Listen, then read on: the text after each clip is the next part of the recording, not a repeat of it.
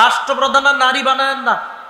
রাসূলুল্লাহ সাল্লাল্লাহু আলাইহি সাল্লাম বলছেন, লা ইউফলিহা কওমুন ওয়াল্লাহু আমরাহুম ইমরাআ, ওই জাতি কখনো সফল হবে না যেই জাতি তাদের নেতৃত্বে কোনো নারীকে বসাবে।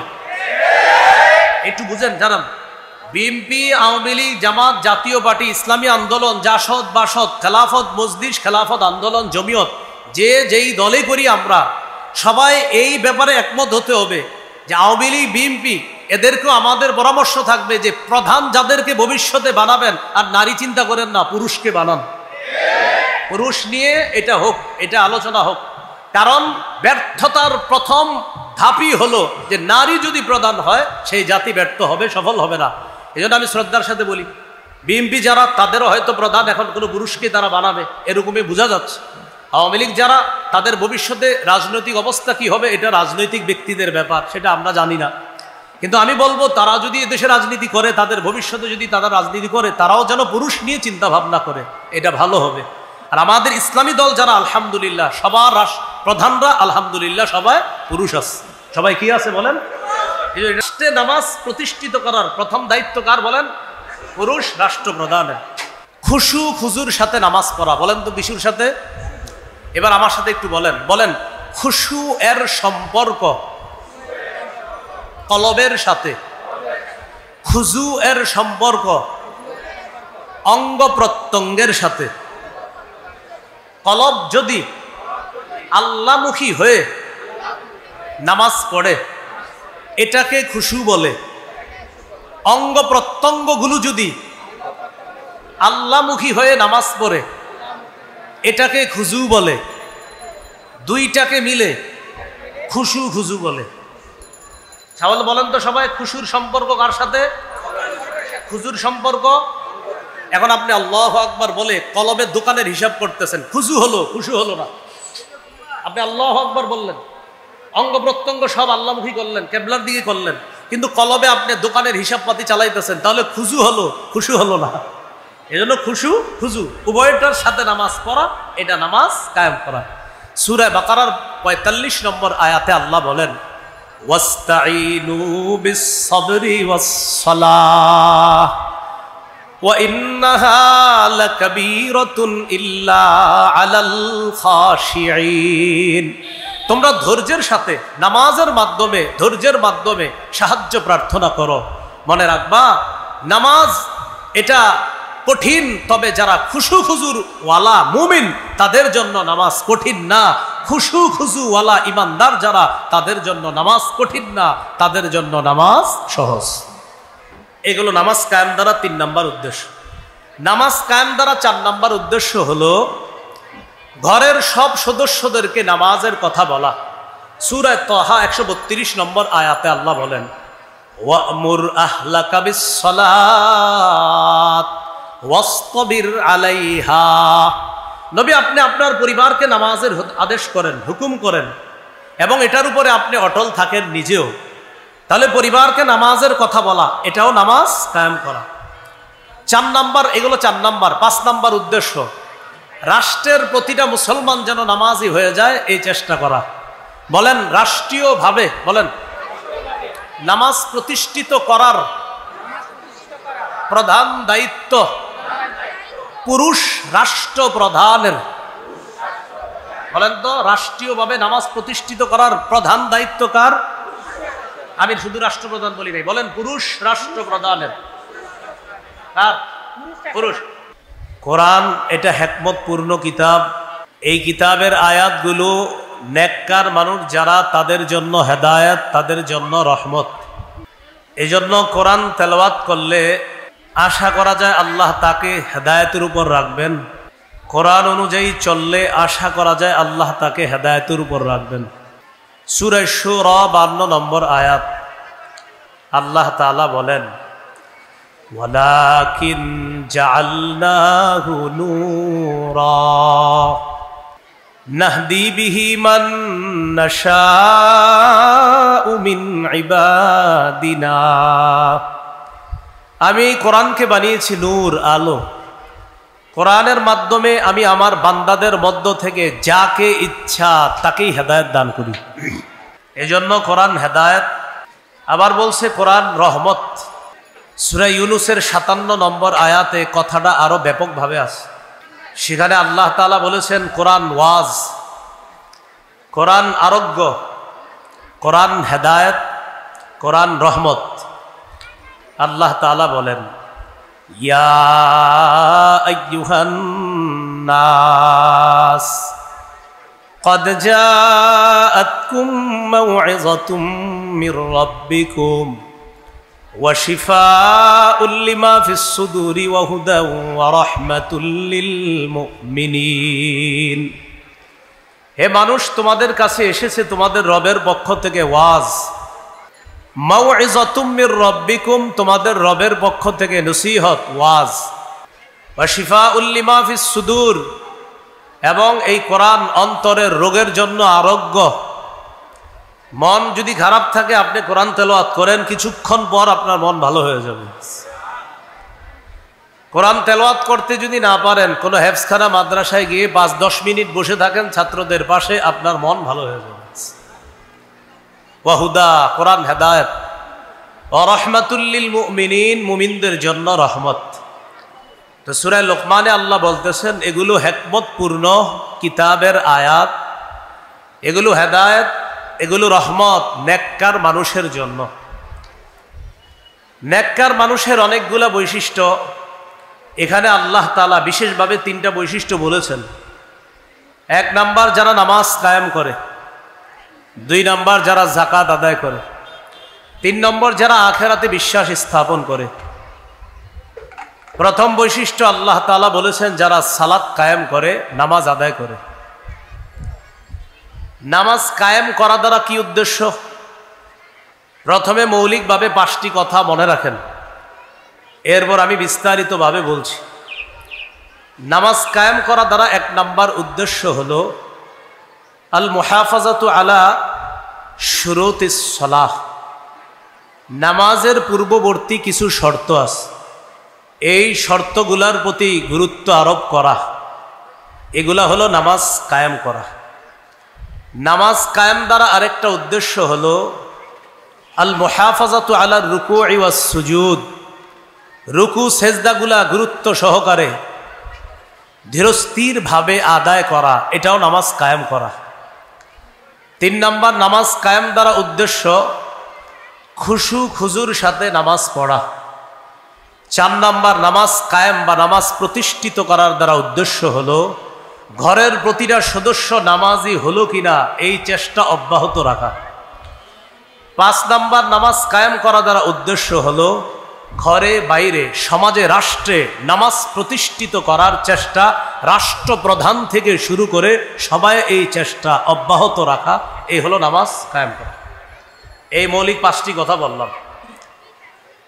এবার মূল কথাগুলো একটু মন দিয়ে শুনেন। নামাজ কায়েম দ্বারা প্রথম উদ্দেশ্য বলেছিলাম নামাজের পূর্ববর্তী শর্তগুলোর প্রতি গুরুত্ব আরোপ করা। নামাজের পূর্ববর্তী শর্ত কি? এগুলো আমাদের কওমি মাদ্রাসার বাচ্চারাও পারে। শরীর পাক, কাপড় পাক, নামাজের জায়গা পাক, সতর ডাকা, কেবলামুখী হওয়া, অক্তমতো নামাজ পড়া, নামাজের নিয়ত করা। ওরা সুন্দরভাবে পড়ে নামাজের ভিতরে বাহিরে 13 ফরজ। তো বাহিরে 7 ফরজ, এগুলা নামাজের পূর্ববর্তী শর্ত। 1 নম্বর, শরীর পাক। শরীর পাক দ্বারা মৌলিক 2টি উদ্দেশ্য। অজু না থাকলে অজু করা, গোসল ফরজ হলে গোসল করা। সূরা মাইদার 6 নম্বর আয়াতে আল্লাহ তাআলা বলেন ইয়া আইয়ুহাল্লাযীনা আমানু ইযা কুমতুম ইলাস সালাহ ফাগসিলু ওয়ুজুহাকুম ওয়া আইদিয়াকুম ইলাল মারাফিকি ওয়ামসাহু বিরুউসিকুম ওয়া আরজুলাকুম ইলাল কা'বাইন। হে ঈমানদারগণ, যখন তোমরা নামাজের ইচ্ছা করো তখন তোমরা তোমাদের চেহারা ধৌত করো, তোমাদের হাতগুলা ধৌত করো, মাথা মাসহ করো, টাকনু পর্যন্ত পা ধৌত করো। হেদায়া কিতাবের মুসান্নিফ এই আয়াত দিয়ে নামাজের পূর্বে যে অজু, এই অজুর 4 ফরজ, এই 4 ফরজের ফরজিয়ত কিন্তু এটা দিয়ে সাবেত করছে। অজুর ফরজ কয়টা? 4টা। এখানে আছে 4টা। চেহারা ধৌত করা, হাত ধৌত করা, মাথা মাসে করা, পা ধৌত করা। এ হলো আপনার অজু না থাকলে অজু করে নেওয়া। সহিহ বুখারীর বর্ণনা 6954 নম্বর হাদিস। এই হাদিসের বর্ণনাকারী আবু হুরায়রা রাদিয়াল্লাহু তাআলা عن أبي هريرة رضي الله تعالى عنه أن رسول الله صلى الله عليه وسلم قال لا يقبل الله صلاة أحدكم إذا أحدث حتى يتوضأ। রাসূলুল্লাহ সাল্লাল্লাহু আলাইহি ওয়াসাল্লাম বলেন, আল্লাহ তাআলা তোমাদের কোনো ব্যক্তির নামাজ ততক্ষণ পর্যন্ত কবুল করবেন না যতক্ষণ তার অজু না থাকলে সে অজু না করবে। এই অজু না করা পর্যন্ত, পবিত্র না হওয়া পর্যন্ত তার নামাজ আল্লাহ কবুল করবেন না। এইগুলো অজু না থাকলে অজু করা, গোসল ফরজ হলে গোসল করা। সূরা মাইদার 6 নম্বর আয়াতে আল্লাহ বলেন, ওয়া ইন কুনতুম জুনুবান ফাত্তাহহারু, যদি তোমরা অপবিত্র হও, তোমাদের উপর যদি গোসল ফরজ হয়, ভালোভাবে পবিত্রতা অর্জন করে নাও, গোসল করে নাও।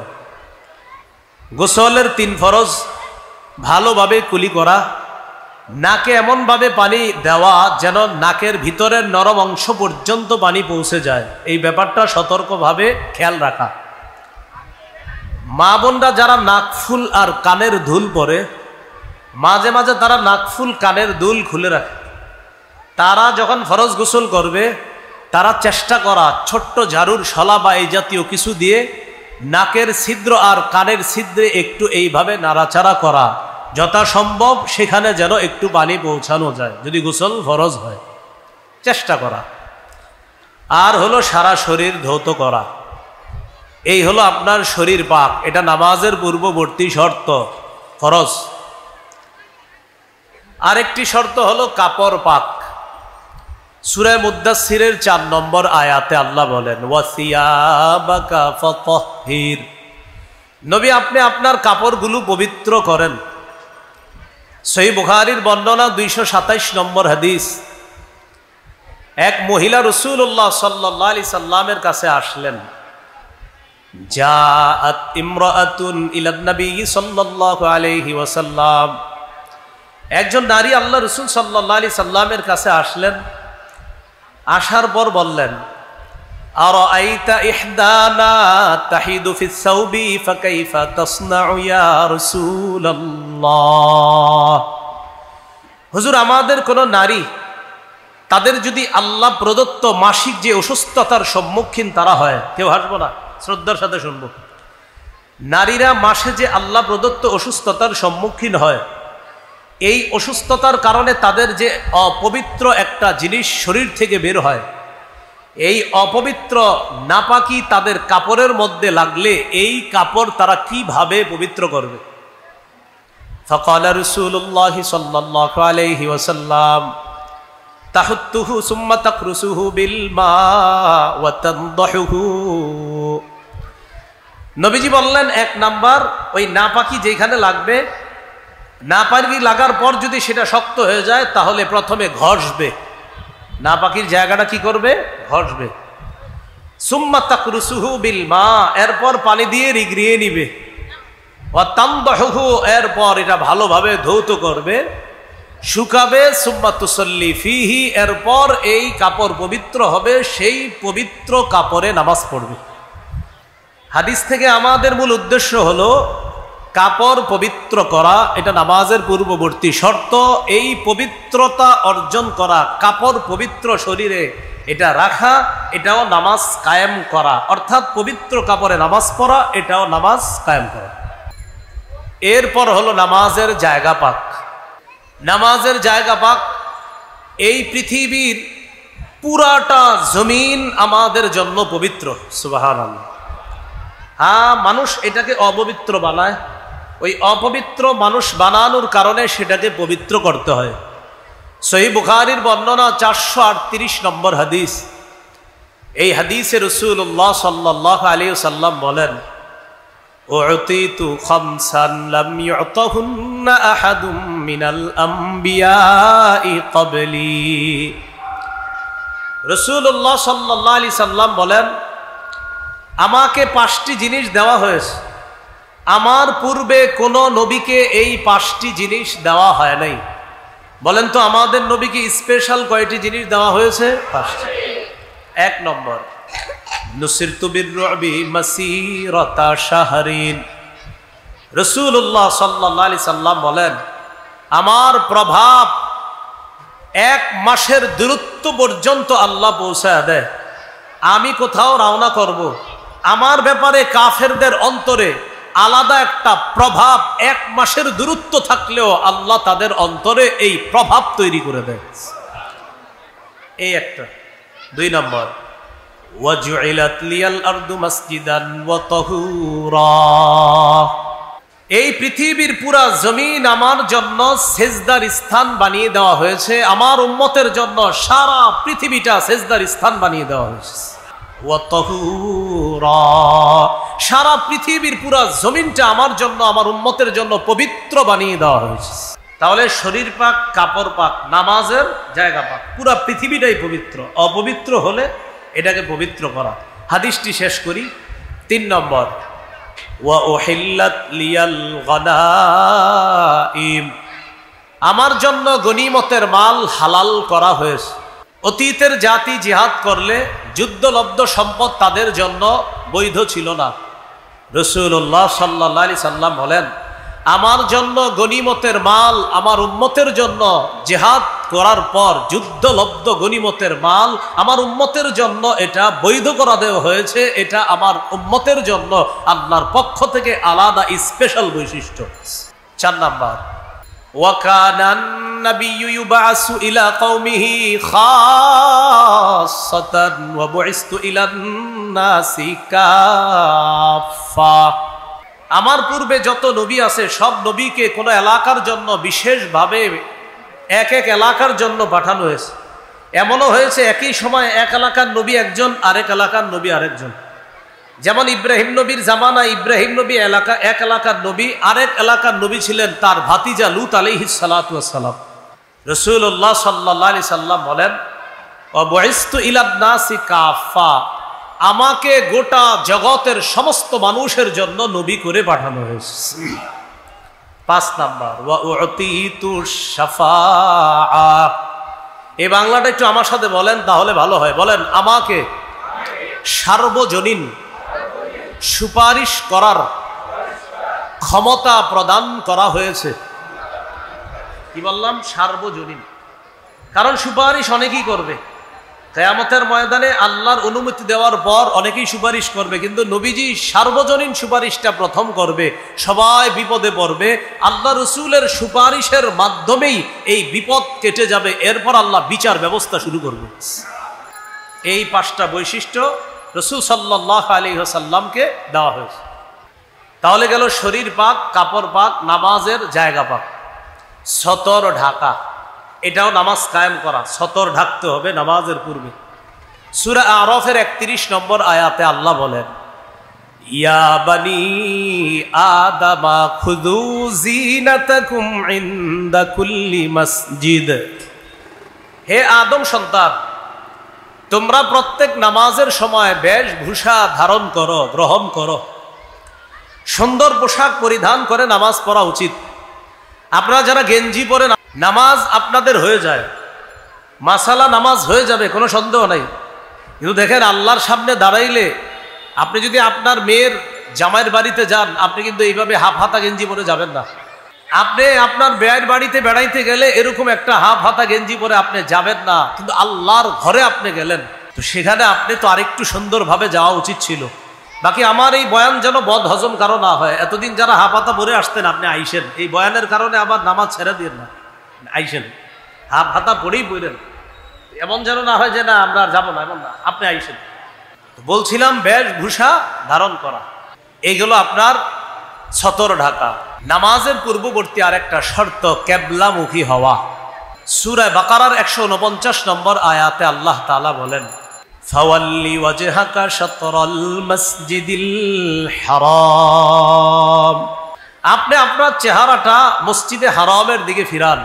নবীজি বাইতুল মুকাদ্দাসের দিকে ফিরে 17-18 মাস নামাজ পড়লেন, কিন্তু নবীর মনে মনে চায় যে কেবলার কাবার দিকে যেন হয়ে যায়। নামাজ পড়তেছে বাইতুল মুকাদ্দাসের দিকে ফিরে, তো মনের চাওয়া হলো আহারে কাবা ঘরটা যদি কেবলা হতো, এটা নবীর মনের চাওয়া। বারবার আসমানের দিকে তাকায়, মুখ দিয়ে বলে না, কিন্তু মনের চাওয়া হলো আল্লাহ যদি কেবলাটা কাবার দিকে করতেন। আল্লাহ তাআলা বলেন, কদ নারা তাকাল্লুবা ওয়াজহিকা ফিস সামা, হাবিব বারবার যে মাথা উপরে আর নিচে নামান, আমি আল্লাহ কিন্তু জানি বিষয়টা, আমি দেখি কেন করেন এটা, আপনি কেন করেন আমি দেখি।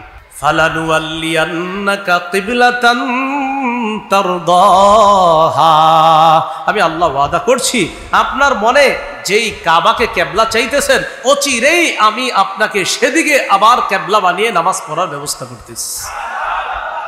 নামাজ চলাকালীন 2 রাকাত হয়ে গেছে, আরো 2 রাকাত বাকি। ওই মুহূর্তে বিধান এসে গেছে, জিবরিল আমিন আইসা বললেন বাস এখনই ফিরে যান। ওই মুহূর্তে আল্লাহ তাআলা আবার কাবার দিকে কেবলাকে করে দিয়েছে। এই হলো আপনার কেবলামুখী হওয়া। আরেকটা শর্ত হলো ওয়াক্ত মতো নামাজ পড়া। সূরা নিসার 103 নম্বর আয়াতে আল্লাহ তাআলা বলেন, ইন্নাস সালাতা কানাত আলাল মুমিনিনা কিতাবাম মাওকুতা, নিশ্চয়ই আল্লাহ তাআলা মুমিনদের উপর সময় মতো নামাজ ফরজ করে দিয়েছেন। তো যাই হোক, এখানে অনুবাদ হলো নিশ্চয়ই নামাজ মুমিনদের উপর সময় মতো ফরজ, নিশ্চয়ই নামাজ মুমিনদের উপর সময় মতো ফরজ। সহিহ বুখারীর বর্ণনা 527 নম্বর হাদিস, হাদিসের বর্ণনাকারী আব্দুল্লাহ ইবনে মাসউদ রাদিয়াল্লাহু তাআলা তিনি বলেন, সালতু রাসূলুল্লাহি সাল্লাল্লাহু আলাইহি ওয়াসাল্লাম আইয়ুল আমালি আহাব্বু ইলাল্লাহ, ইয়া রাসূলুল্লাহ আল্লাহর কাছে সবচেয়ে পছন্দের আমল কোনটি? নবীজি বললেন, আস-সালাতু আলা ওয়াক্তিহা, সময় মতো নামাজ পড়া এটা হলো আল্লাহর কাছে সবচেয়ে পছন্দের আমল। ক্বালা সুম্মা আইয়ুন ইয়া রাসূলুল্লাহ, হুজুর এরপর আল্লাহর কাছে সবচেয়ে পছন্দের আমল কোনটি? নবীজি বললেন, বিররুল ওয়ালিদাইন, পিতা মাতার আনুগত্য করা, তাদের সেবা শুশ্রূষা করা, তাদের আনুগত্য করা। ক্বালা সুম্মা আইয়ুন ইয়া রাসূলুল্লাহ, হুজুর এরপর আল্লাহর কাছে সবচেয়ে পছন্দের আমল কোনটি? রাসূলুল্লাহ সাল্লাল্লাহু আলাইহি সাল্লাম জবাব দিলেন, আল জিহাদু ফি সাবিলিল্লাহ, আল্লাহর রাস্তায় জিহাদ করা। আল্লাহর রাস্তায় কি করা? জিহাদ করা। তাহলে বলেন তো এই তিনটার মধ্যে সবচেয়ে পছন্দের আমল কোনটি? বলেন সময় মতো নামাজ পড়া। আল্লাহর কাছে সবচেয়ে পছন্দের আমল কোনটি বলেন তো? সময় মতো। সময় মতো নামাজ আমরা অবশ্যই পড়ব। একটি হাদিস শোনায় আপনাদেরকে, তারপর আপনারা সিদ্ধান্ত নিয়েন। এতদিন যারা 3 ওয়াক্ত পড়তেন, আজকে থেকে বাকি আরো 2 ওয়াক্ত পড়বেন কিনা। এতদিন যারা 4 ওয়াক্ত পড়তেন, ফজর পড়তেন না, সিদ্ধান্ত নিবেন এখন থেকে ফজরও পড়বেন কিনা। অথবা এতদিন যারা সাপ্তাহিক মুসল্লি ছিলেন, এখন থেকে একটু নিয়ত করেন না সপ্তাহের পাশাপাশি দৈনিক কিছু নামাজ পড়াও দরকার কিনা, একটু সিদ্ধান্ত নেন।